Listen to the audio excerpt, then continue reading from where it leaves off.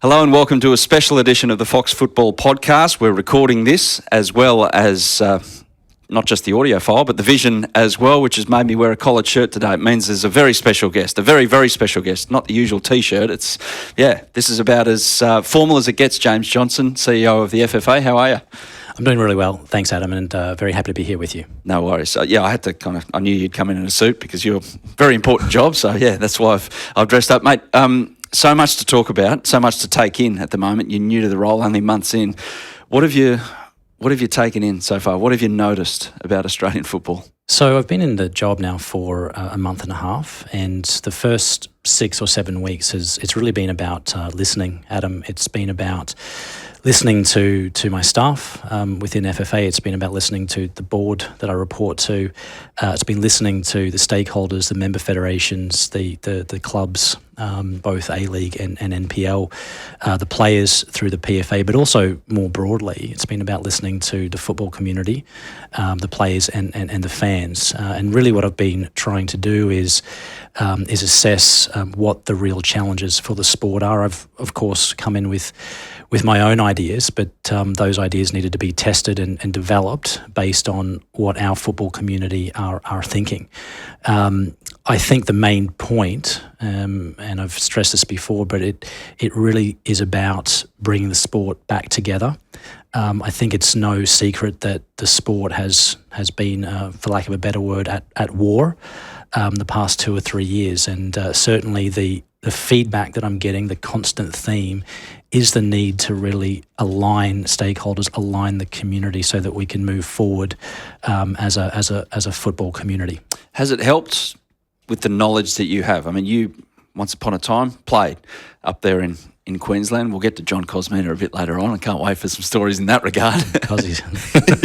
But you played, so you knew the landscape to a certain degree there. You've gone overseas. You know how football works. You've worked inside FIFA. So you know exactly how it works on a global scale. But coming back to it, have you noticed how unique it is here? Do we just say that for the sake of saying it in terms of the amount of stakeholders that are within the one sport here in Australia?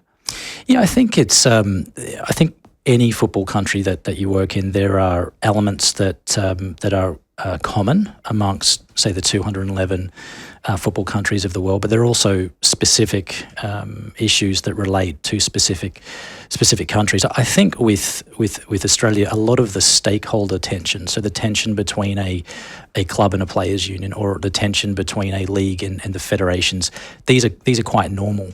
I think something that is specific to our code here is this sort of era tension that exists, and I think this is a challenge, but I think it's also an opportunity where we can try to unite the past with the present, and so we can move forward together into the future. Obviously going to ask about key challenges, key opportunities.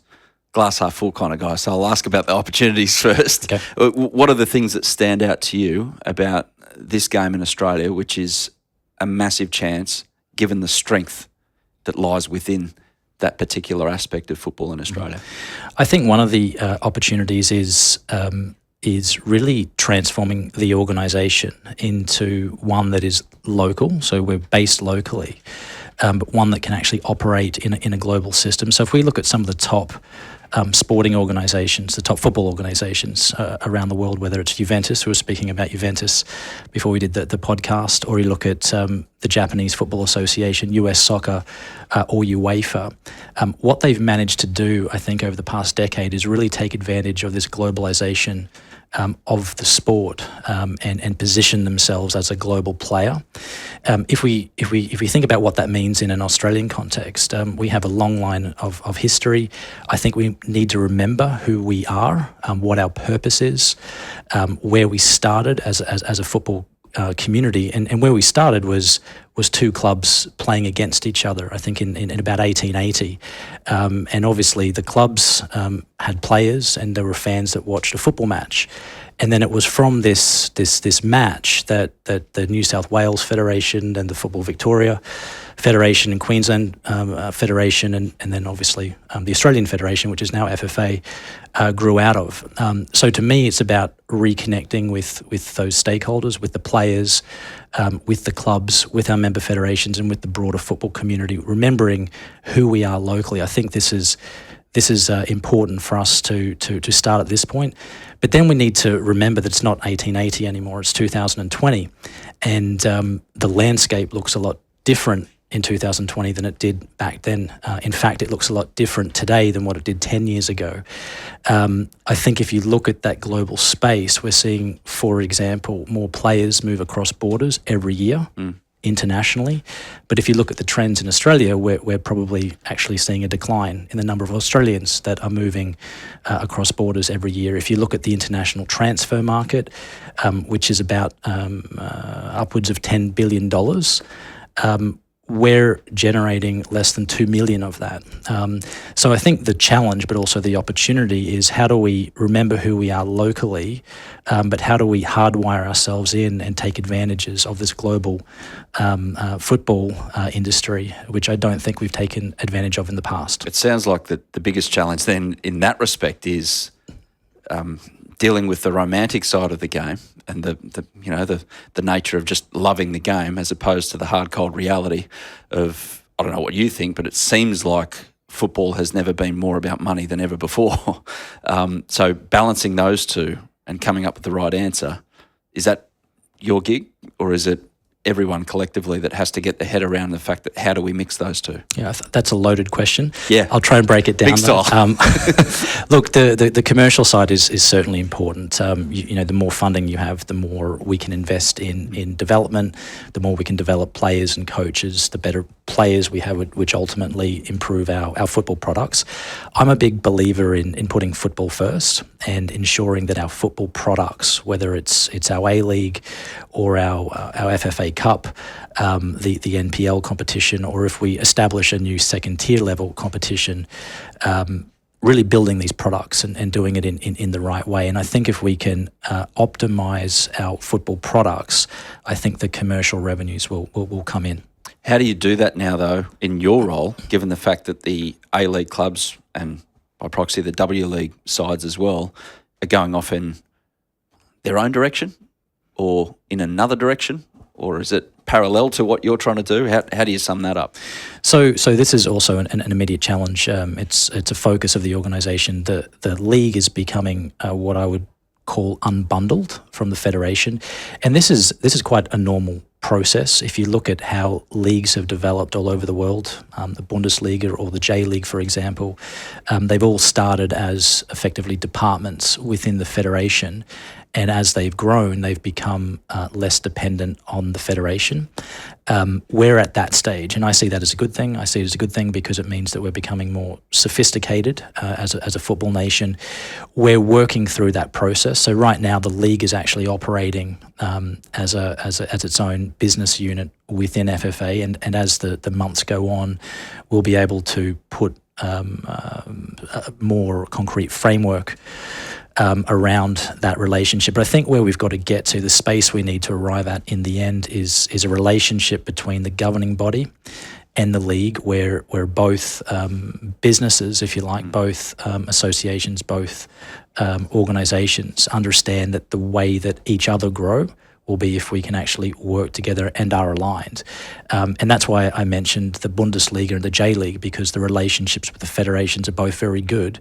And I think if you look at the strength of the league and the national teams, they're both actually doing very well. That was my next question about what are the countries in your regard that have got it right, and does that relate to here, or are we unique in a sense? I think every country has its own specificities. I personally like the German and the Japanese model much more than the Premier League model for Australia's purposes, and the reason is they've developed differently. So if you look at the English market, the Football League actually split from the Football Association in the mid to late 19th century. Right, that's when the league split. So. And that was soon after the FA was actually formed. And then if you fast forward to the early 90s, that's when the Premier League split from the Football League. So you've actually got parallel systems that have developed over hundreds of years. And that, of course, is not our story. I think our story is closer to a Germany or a Japan, where the federation has run the league, and then over time the league has become less dependent of the federation, and the federation has become more of a government that creates the environment for the league, which is like the private sector, to grow and develop.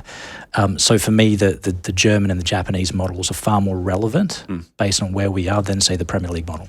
So inside that environment, I've written before about the fact that I don't believe it counts for much that we're the biggest sport in Australia in terms of participation. I've been into the FFA headquarters, and there's a big thing, and they're proud of it, and fair enough too, that how many people we've got playing and how good's that, and this, that and the other. But my point of view is, why be the biggest if you can't be the best? Mm-hmm. It's like McDonald's. It's like biggest, most known brand going around. Is it the best food? Well, okay, McFlurry at 10 p.m. at night, or a couple of hash browns with a hangover, that's pretty good. But in terms of being the best, it's not quite right up there with your Michelin-hatted restaurants. So where do you see that balance? Do you want more out of what we've got, or do you just want to have more people playing? I personally think we need to look at our own sport, because there's 211 football countries around the world. In Australia, we have a small number of other sports, and I know in the past we've really benchmarked ourselves against other sports. I think there's a lot of lessons we can learn from the global game in our own sport, and they're lessons that we can apply in a specific sense to our code. If we can do that, I think what we do is we create a different product than a sort of normal Australian sport. And I think if we can differentiate ourselves from other Australian sports, I think it ultimately will help us. Specifically on your question about what that actually means, I think we do need to grow our base. We have a great base. This is correct. We have 1.8 million registered players, but I think there's a lot of growth opportunities there as well, because if you look at those numbers and you do it by gender, for example, only 1/5 of that 1.8 million are women and girls. So I see that as a high growth area to actually grow the total numbers. And I think the bigger base that we can create, that's our quantity, if you like. If we can invest more in our coaches and our pathways and our transfer system and get that right, then we can develop not just quantity but also quality. And I think that's the link then with our national teams and also with our league as well, because ultimately the national teams and the league or leagues will be the beneficiaries, because you've got better players that are able to play.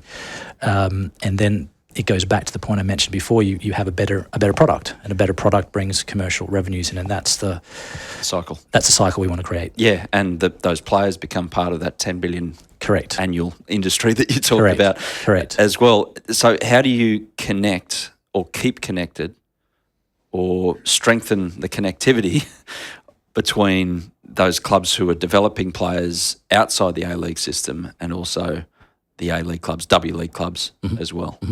So I think if you look at clubs all around the world, South America, North America, Europe, wherever, Asia, there's really two different areas in my experience that motivate clubs and allow clubs to be connected all the way down the pyramid. One is through your competition structures, and the other is through your player movement system.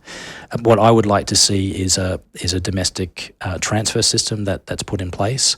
I think then that will connect let's say your grassroots clubs, your aspiring clubs that fit in between should fit in between, say, an NPL and an A-League, and your A-League clubs, because you will incentivize the clubs to develop players, and they'll be okay with losing the player because there's a distribution that comes down.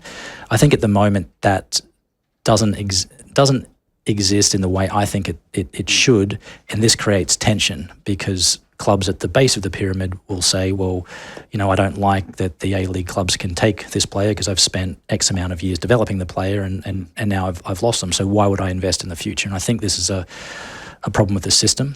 I think on the competition side, I'd like to see more football played. I think this is good at the moment. We have 5 national level games every weekend. I'd like to see more.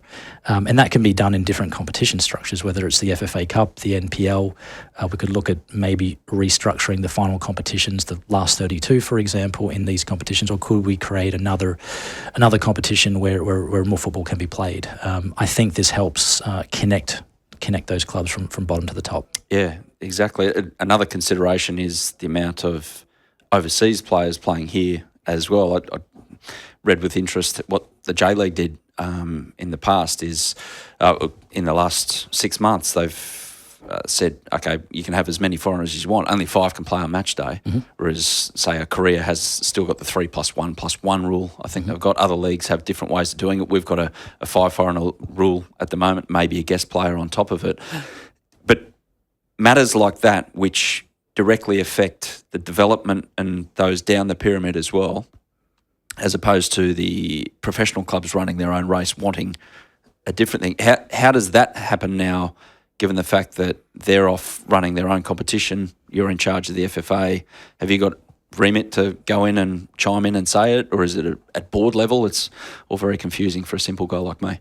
Yeah, it's this is actually a very complex issue. It's one that when I was at FIFA, we would deal with. FIFA would have their views representing the associations, and the clubs and the leagues who were represented by the European Club Association, the World League Forum, had different ideas. But really, I think it's a matter that needs to be negotiated between the two.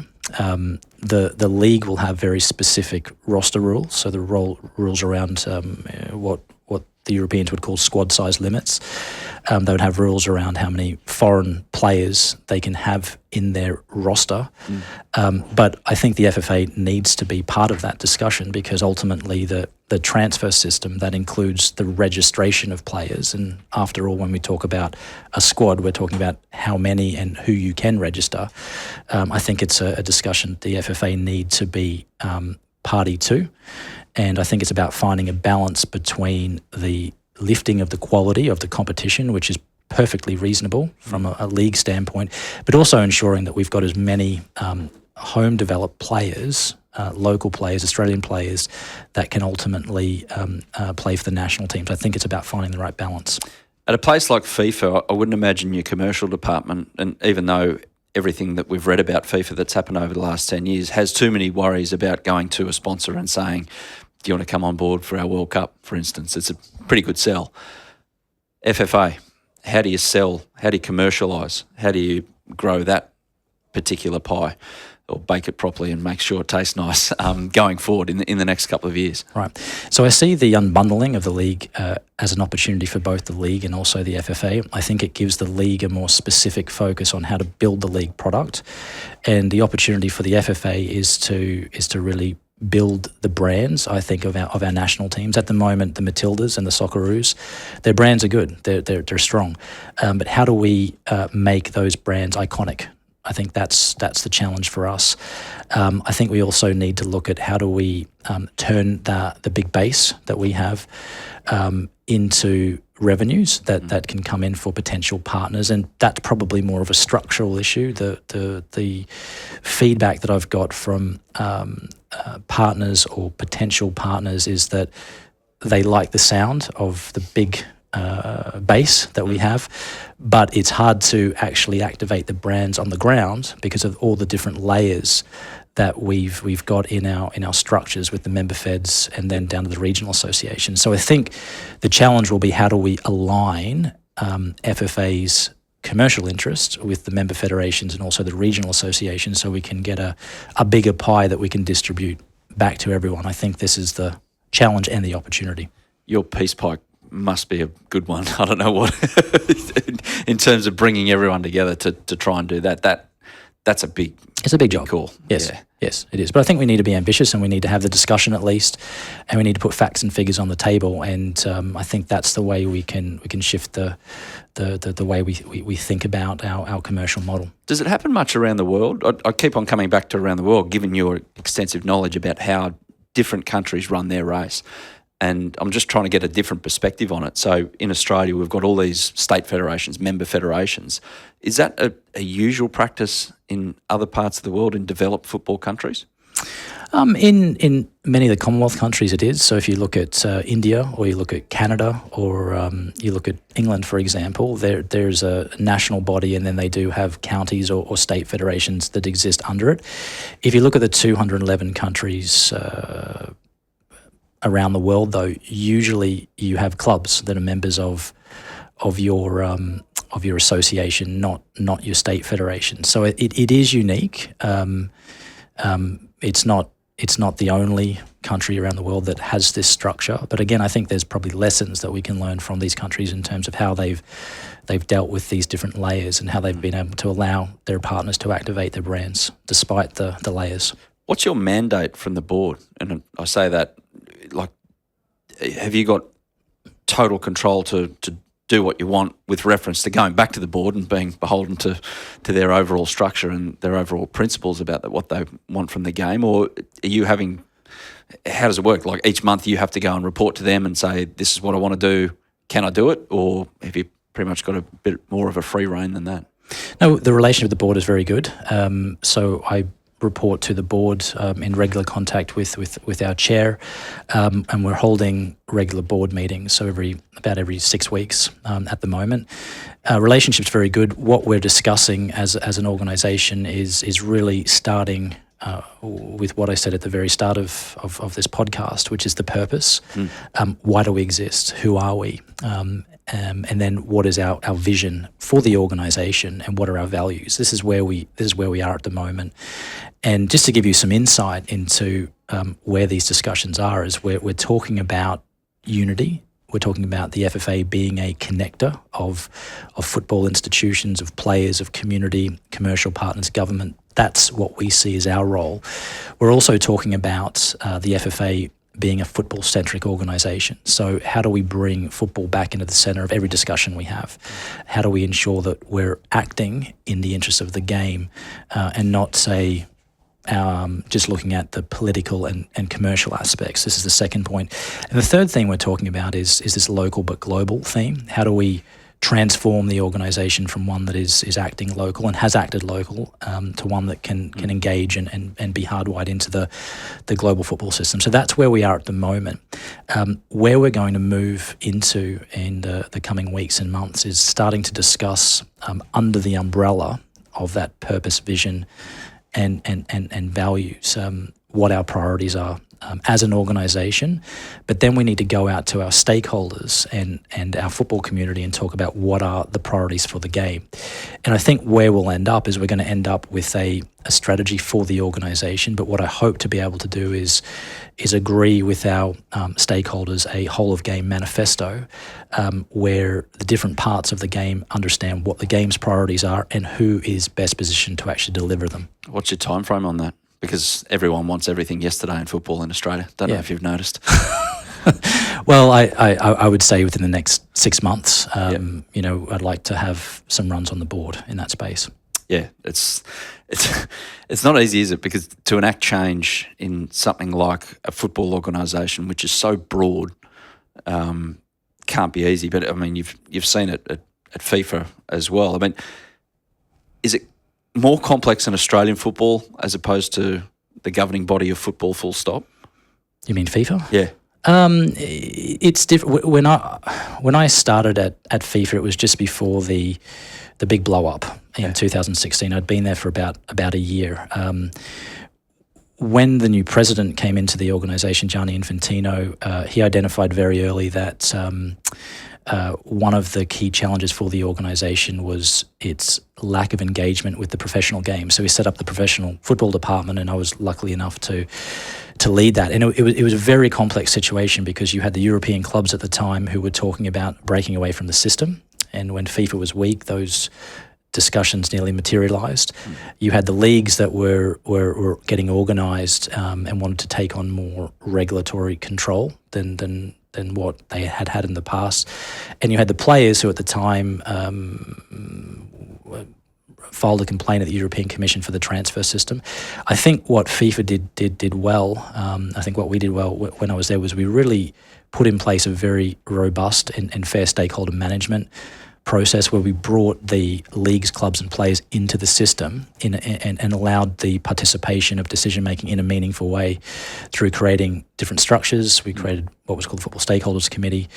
And there's a lot of change that's happened at FIFA as a consequence of bringing the stakeholders inside. So I think some of these lessons we could certainly apply to Australia. There are different challenges because they're global, but I think the essence and the lessons are very common, very similar, I would say. So you've got two things to handle in your new role, which is domestically. Yes. So all those things that we've already discussed, clubs, member feds, players, participation rates, and then internationally. So the flip side, so AFC, FIFA, everything that's going on around the world.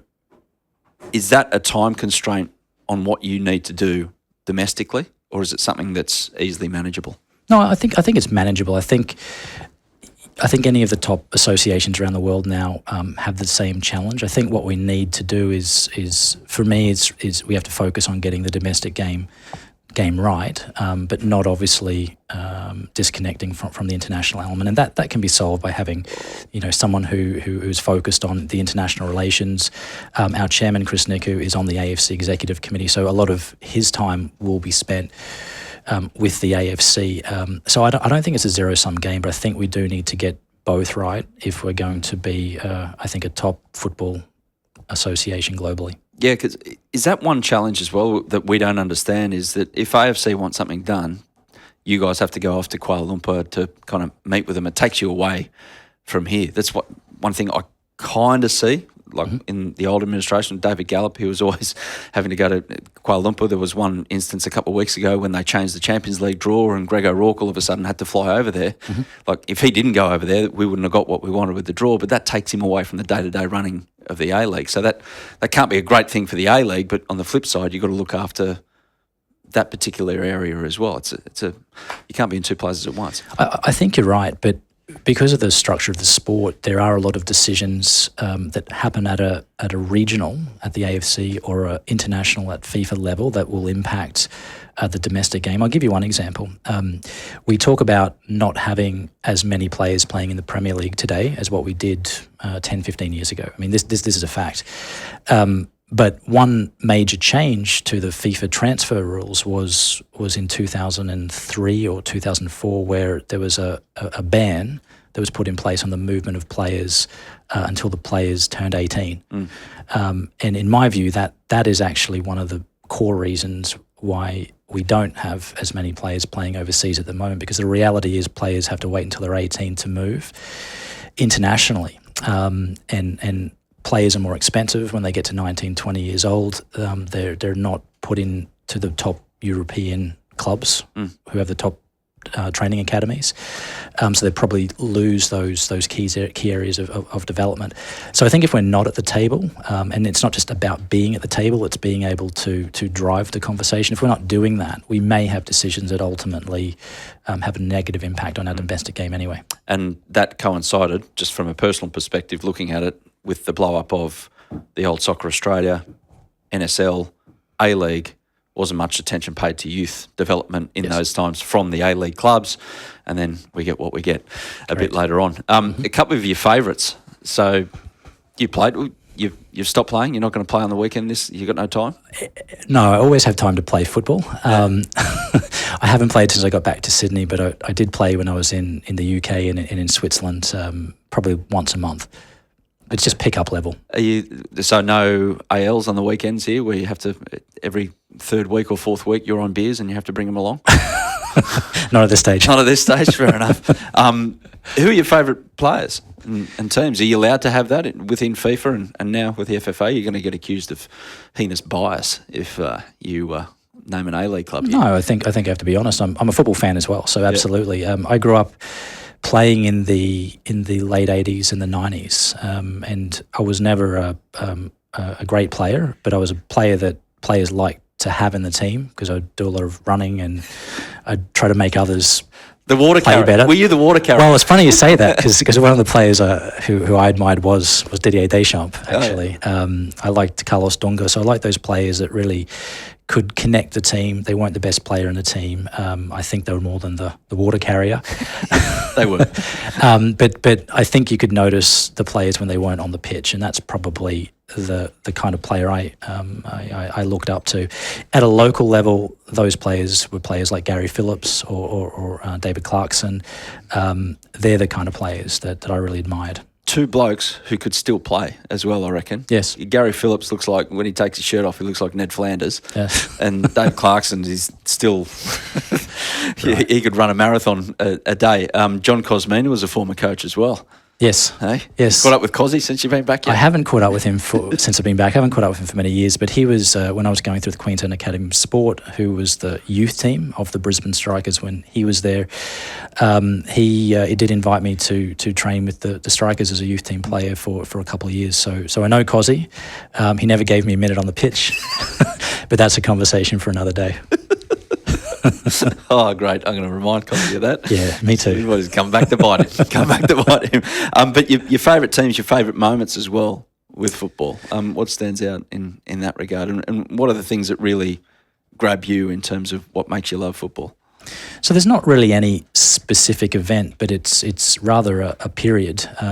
What I remember most vividly and probably my best memory was when I grew up. I grew up in Rockhampton, and it's a small town, and I played for a team called Berserker Bears, which was a local club. My father was the first team coach, and my mother was the team manager. Worked the canteen on weekends, and would clean the shirts. I was a mascot of the team, but it was a really important era because I really came to understand what community meant. All my friends, all my network, they all revolved around the club, and really the whole week revolved around the club. And I got to understand what it was like to win, what it felt like to win, the highs, but also what it felt like to lose. So I think for me, that was a really memorable period of my life, and it taught me many values that I think I've been able to take away from the sport and apply in a social and professional sense. That community aspect as well, and it goes to the fans as well. We've had a few worries over the last few years with the fans. I'm sure you've been across that, about fans feeling a part of it. And if there's one major fact, and I've got nothing against the previous administration or David Gallop as a person, but I reckon they dropped the ball badly, really badly, in defence of their own fans and the active support, and that it just felt like the fans didn't have the support of the people leading the sport when it was copping a bit of heat from elsewhere. So you can't predict the future, but I'm getting the vibe that you're a football guy who, if you reckon something's been unfairly reported or accused, you're going to stick up for the football community, be it fans, players, whatever. I think we have to. I think we need to listen to our fans. I think we have to react to what's important to our fans. And ultimately, without fans, we don't have a sport. I think fans are probably our most important stakeholder, actually. Really? Yes. How does that manifest itself then in the time that goes on? Back to that issue of trying to stay connected with the professional game, going off with their own league.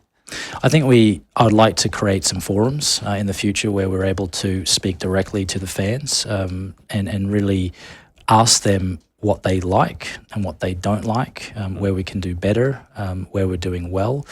I think that direct engagement with the fans is a really crucial part of moving the sport forward. And I think there are examples now in other parts of the world where that relationship between a league and the fan, or a governing body and the fan, has been brought to life. And I'm hoping we can implement some of those lessons. Is that the hardest thing? One of the hardest things about administration, especially for a sport like football, is that everyone who follows it loves it, and everyone who loves it has an opinion about it, because you don't love something without having an opinion about it. So taking all that in and kind of filter through the opinion that you agree with and the one that you don't, but still paying respect to someone who is obviously giving that from a position of actually loving the game, that you're trying to balance all that up and push it in the direction that you want it to go, which might not be the direction of all that opinion that's coming.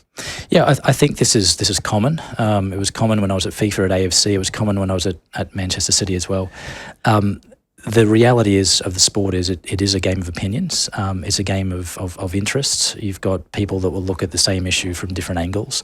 I think the role of the governing body is to be able to listen, and not only listen, but to understand what messages are being given from the different angles that exist within the sport.